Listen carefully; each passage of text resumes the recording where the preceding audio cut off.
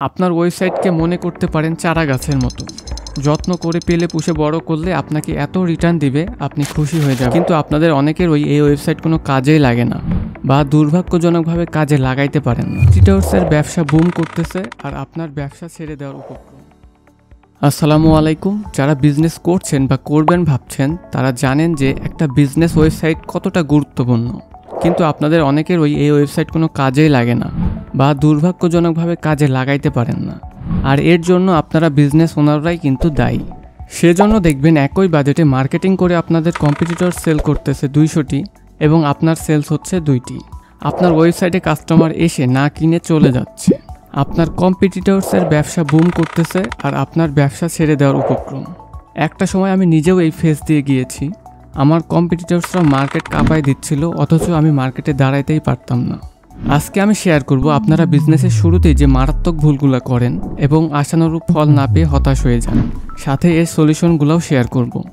আপনারা প্রথমে যেই ভুলটা করেন বিজনেস ওয়েবসাইট তৈরি করতে যেয়ে প্রপার UI UX রিসার্চ না করে ডেভেলপমেন্টে চলে যান। আসলেই আমার ওয়েবসাইটটা আমার টার্গেট কাস্টমারদের জন্য ইউজার ফ্রেন্ডলি কিনা তা যাচাই করেন না এবং 5 থেকে 10,000 টাকায় পাওয়া যায় কোনো রকমের ওয়েবসাইট নিয়ে নেন। একবার চিন্তা করে দেখেন তো, একজন আপনাকে আইফোনের লেটেস্ট মডেলটা 20,000 টাকায় দিবে, আপনি কি নেবেন? বোঝাই যাচ্ছে ঝামেলা আছে। একই জিনিস ওয়েবসাইটের ক্ষেত্রেও 5 থেকে 10,000 টাকায় যারা ওয়েবসাইট দেয় তারা কি করে জানেন? একটা টেমপ্লেট বানানো থাকে, সেটাই আপনার মতো আরও 100 জনকে দেয়। এতে করে সবার ওয়েবসাইট দেখতে হুবহু একই রকম হয়ে যায়। কিন্তু প্রতিটা বিজনেস তার স্ট্র্যাটেজি, কাস্টমার বেস, গোল অনুযায়ী আলাদা। প্রতিটা বিজনেসের একটা নিজস্ব স্টোরি থাকে, প্যাটার্ন থাকে, যেটা ইউজারকে ওই বিজনেস সম্পর্কে এক্সট্রা অর্ডিনারি একটা এক্সপিরিয়েন্স দেয়। যেমনটা আপনি অ্যাপেল, নাইকি ব্র্যান্ডের ওয়েবসাইটে গেলে দেখতে পারবেন। আর সবার যখন একই টেমপ্লেটের সোকল ওয়েবসাইট, তাহলে ভাবুন সিকিউরিটির কী অবস্থা। একজন এক্সপার্ট হ্যাকার চাইলেই কিন্তু আপনার বিজনেসের নিমিষে লালবাতি জ্বালায় দিতে পারে।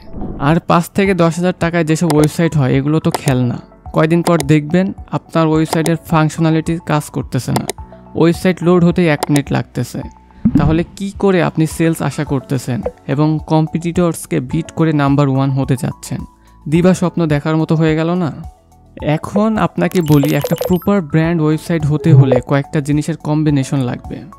প্রথমত আপনি আপনার মার্কেট রিসার্চ করবেন এবং আপনার বিজনেসের জন্য ব্র্যান্ড পজিশনিং করে স্টোরি বানাবেন।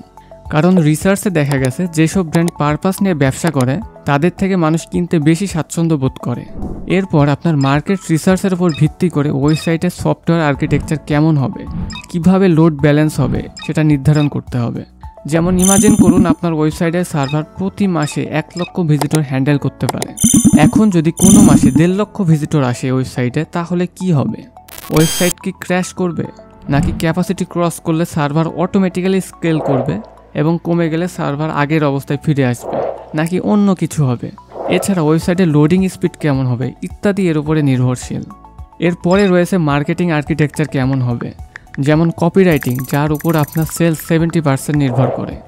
আপনি কিভাবে আপনার ওয়েবসাইটকে সাজাচ্ছেন, কাস্টমারকে এন্ট্রি করাচ্ছেন এবং বের করাচ্ছেন কোন দিক দিয়ে, আপনার কাস্টমার ফানেলিং সিস্টেমটা কেমন হচ্ছে, আপনার SEO স্ট্রাকচার কেমন হচ্ছে, গুগলে ইন্ডেক্স করার পর কি আপনার ওয়েবসাইট সার্চে খুঁজে পাওয়া যাচ্ছে কিনা, আপনি যে ডেভেলপমেন্টের আগে UI UX করছেন সেটা কি আপনার বিজনেসের কাস্টমারদের কথা মাথায় রেখে করা হয়েছে কিনা, কোথায় ন্যাভিগেশন থাকবে, CTA থাকবে ইত্যাদি।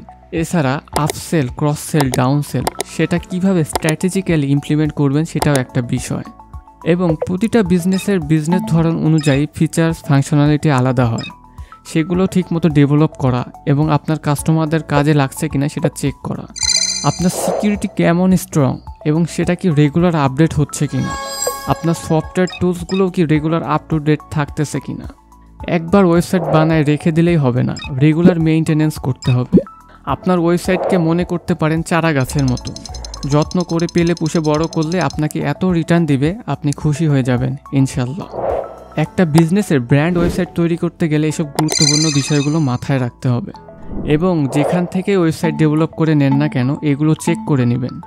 আরও অনেক ইম্পর্টেন্ট বিষয় রয়েছে যেগুলো ভিডিওতে শেয়ার করতে গেলে ভিডিওটা অনেক বড় হয়ে যাবে। সেজন্য আপনাদের কথা মাথায় রেখে একটা ডিটেইল PDF গাইডলাইন বানানো হয়েছে। এই সিক্রেট PDF না পড়ে দয়া করে কেউ ওয়েবসাইট ডেভেলপ করে নেবেন না কোথাও থেকে।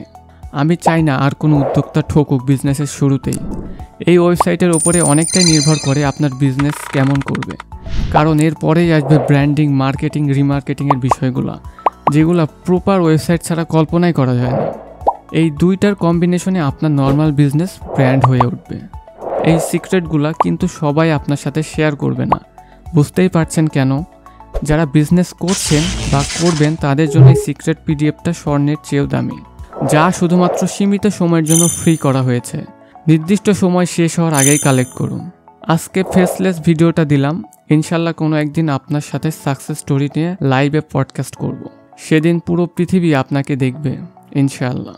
ভালো থাকবেন সবাই।